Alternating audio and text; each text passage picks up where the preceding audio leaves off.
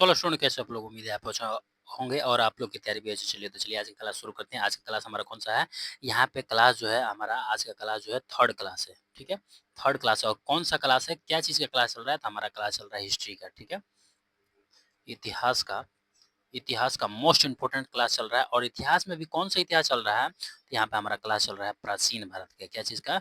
प्राचीन प्राचीन भारत। प्राचीन भारत से रिलेटेड आप लोगों को ये पता होगा बहुत सारा क्वेश्चन पूछा जाता है, जीके, जीएस का क्वेश्चन बहुत सारे क्वेश्चन पूछा जाता है और आप सबके लिए गवर्नमेंट जॉब का कोई सा भी गवर्नमेंट जॉब का एग्ज़ाम कर रहे की तैयारी कर रहे हो, तो आप सबको पता होगा कि हमारे एग्ज़ाम में जो है जीके, जीएस पूछा जाता है और वो जीके, जीएस बहुत से ज़्यादा कम से कम जो 20 क्वेश्चन जीके जीएस का हो तो उसमें आप सबको 3-4 क्वेश्चन देखने को मिल जाएगा, हिस्ट्री से देखने को मिल ही जाता है। तो इसलिए मैं आप सबके लिए क्लास लेकर आया हूँ, हिस्ट्री का स्पेशली क्लास है, जो कि प्राचीन भारत से आधे जो कि प्राचीन हो जाएगा, आधुनिक भारत हो गया, आधे भारत जो हो जाएगा, जो इसी तरफ से जो है पूरा का पूरा भारत, प्राचीन भारत, आधे जो कि यहाँ पे प्राचीन भारत, आधुनिक भारत इस टाइप से जो होता है पूरे के पूरे जो है क्लास में आप सबको चैप्टर वाइज़ लेकर आऊँगा। आपको हमारे क्लास के साथ हमारे चैनल के साथ जुड़ जाना है और क्लास को पूरे क्लास को अटेंड करना है। क्लास देखने के बाद क्या करना है, क्लास को लाइक कर लेना है और शेयर कर देना है अपने सारे ग्रुप में ताकि और भी स्टूडेंट यहाँ पे जुड़ सके। तो चलिए यहाँ पे स्टार्ट करते हैं क्लास के अपना फर्स्ट क्वेश्चन को और स्टार्ट करने से पहले एक बार कहना चाहूँगा, जो लोग यहाँ पे आप सबको यहाँ पे क्लास देख रहे हैं जो लोग, उसको देखिए अगर आपको इसका आंसर पता हो, आपको आंसर मान लीजिए यहाँ पे लिखा हुआ है कि गायत्री मंत्र के रचनाकार कौन है, ठीक है? यहाँ पे हमने क्वेश्चन पढ़ा है और यहाँ पे आपको पता है कि इसका ऑप्शन ए होगा, ऑप्शन बी होगा, ऑप्शन सी या डी कोई सा भी हो सकता है। आपको पता है तो आपको करना क्या है कि आपको जो है कमेंट करना है, ठीक है? कमेंट करना है। यहाँ पे हमारा कमेंट हमारा आंसर बताने से पहले अगर आपको पता है तब वो कमेंट कर देना, ठीक है? तो हमसे यहाँ पे पूछा गया कि गायत्री मंत्र का रचनाकार कौन है, ठीक है? तो यहाँ पे हमारा ऑप्शन में क्या दिया हुआ फर्स्ट ऑप्शन में वशिष्ठ दिया हुआ है या फिर हो जाएगा अगस्त्य या फिर हो जाएगा कि विश्वामित्र या फिर हो जाएगा कि वल्लकम, ठीक है? तो यहाँ पे हमारा क्या हो जाएगा कि गायत्री मंत्र का रचनाकार कौन है? तो यहाँ पे हमारा राइट आंसर क्या हो जाएगा? राइट आंसर जो हो जाएगा ना गायत्री मंत्र का रचनाकार कौन है? तो यहाँ पे हो जाएगा हमारा विश्वामित्र। विश्वामित्र जो है गायत्री मंत्र का रचनाकार है। यहाँ राइट आंसर क्या हो जाएगा? राइट आंसर सी हो जाएगा। नेक्स्ट अब यहाँ पे चलते हैं दूसरे नंबर क्वेश्चन में। दूसरे नंबर क्वेश्चन में यहाँ पे हमसे पूछा गया निम्नलिखित में से सबसे प्राचीन दर्शन कौन सा? सबसे प्राचीन दर्शन यहाँ पे पूछा गया है कि सबसे प्राचीन दर्शन कौन है? फर्स्ट ऑप्शन में योग है या फिर अनन्या है या फिर अन्य हो जाएगा या फिर हो जाएगा साक्य हो जाएगा या फिर हो जाएगा वैदिक हो जाएगा। तो सबसे प्राचीन दर्शन पूछा है, तो यहाँ पे हमारा क्या हो जाएगा? राइट आंसर क्या हो जाएगा? सबसे प्राचीन दर्शन जो हो जाएगा यहाँ पे साक्य दर्शन हो जाएगा, ठीक है? साक्य दर्शन हो जाएगा, सबसे प्राचीन दर्शन साक्य दर्शन, ठीक है? नेक्स्ट अब यहाँ पे चलते हैं तीसरे नंबर क्वेश्चन में। तीसरे नंबर क्वेश्चन में यहाँ पे हमसे पूछा गया है कि बुध का प्रथम, ठीक है? बुध का प्रथम जो कि प्रवचन कहाँ कहलाता है? बुध का प्रथम प्रवचन कहलाता है, क्या कहलाता है? धर्म चक्र प्रवर्तन या फिर हो जाएगा निवारण या फिर हो जाएगा कि क्रम या फिर इनमें से कोई नहीं। तो हमसे यहाँ पे पूछा प्रथम जो पूछा गया है प्रवचन क्या कहलाता है? प्रथम प्रवचन क्या कहलाता है? बुध का। तो यहाँ पे हमारा राइट आंसर क्या हो जाएगा कि बुध का प्रथम प्रवचन जो है धर्म चक्र कहलाता है, ठीक है?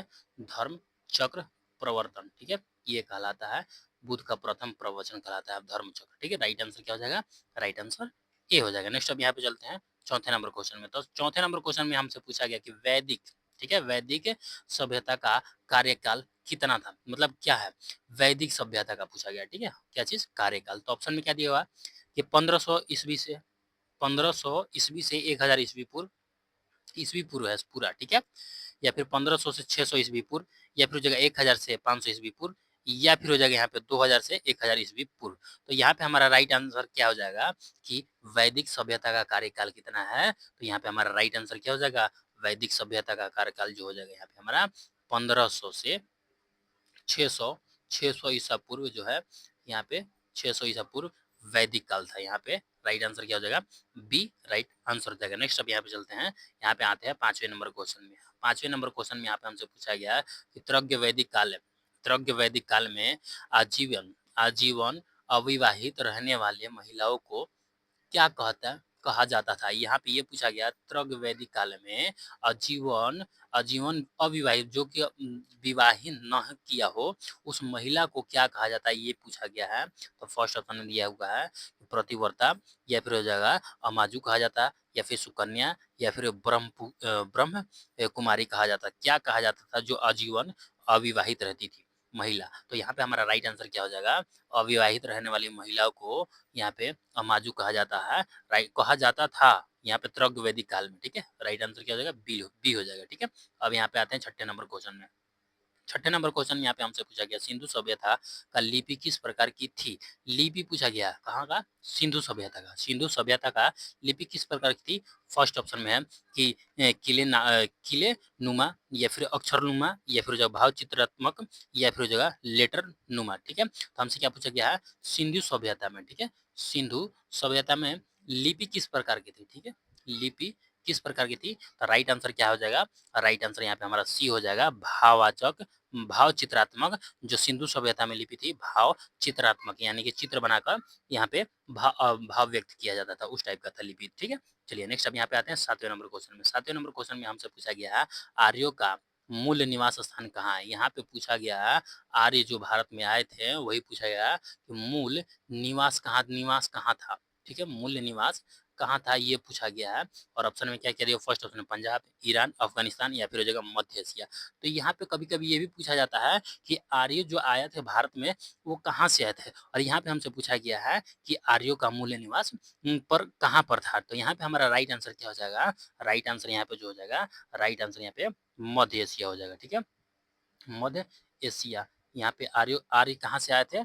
आर्य भारत में कहाँ से आए थे? तो यहाँ पे राइट आंसर क्या हो जाएगा? मध्य एशिया से आर्य भारत में आए थे। ठीक है, चलिए नेक्स्ट अब यहाँ पे आते हैं आठवें नंबर क्वेश्चन में। आठवें नंबर क्वेश्चन में यहाँ पे हमसे पूछा गया त्रग्वेद में गंगा नदी का उल्लेख हुआ है, कितने बार हुआ था? यहाँ हुआ है ये पूछा गया कि त्रग त्रग्वेद में गंगा नदी का उच्चारण। ठीक है, गंगा नदी का उल्लेख जो हुआ है कितने बार हुआ है? 2 बार, 1 बार, 3 बार या फिर 4 बार? किसमें? तो त्रग्वेद में। तो यहाँ पे हमारा राइट आंसर क्या हो जाएगा कि त्रग्वेद में गंगा का उच्चारण जो हुआ है मात्र 1 ही बार हुआ है। ठीक है, 1 बार हुआ है। त्रग्वेद में गंगा का उच्चारण उल्लेख कितने बार हुआ है? तो यहाँ पे ये हो जाएगा right answer B right answer. 1 बार हुआ था त्रग्वेद में गंगा का। ठीक है, उल्लेख। अब यहाँ पे आते हैं 9वें नंबर क्वेश्चन में। 9वें नंबर क्वेश्चन में यहाँ पे हमसे पूछा है कि गायत्री मंत्र त्रग्वेद में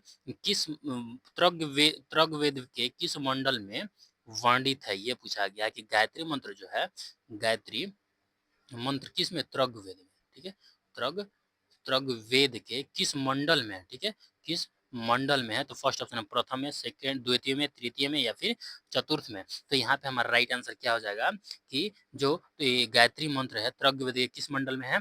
तो राइट आंसर यहाँ पे क्या हो जाएगा? राइट आंसर हो जाएगा तृतीय मंडल में वर्णित है। राइट आंसर सी हो जाएगा। नेक्स्ट अब यहाँ पे आते हैं 10वें नंबर क्वेश्चन में।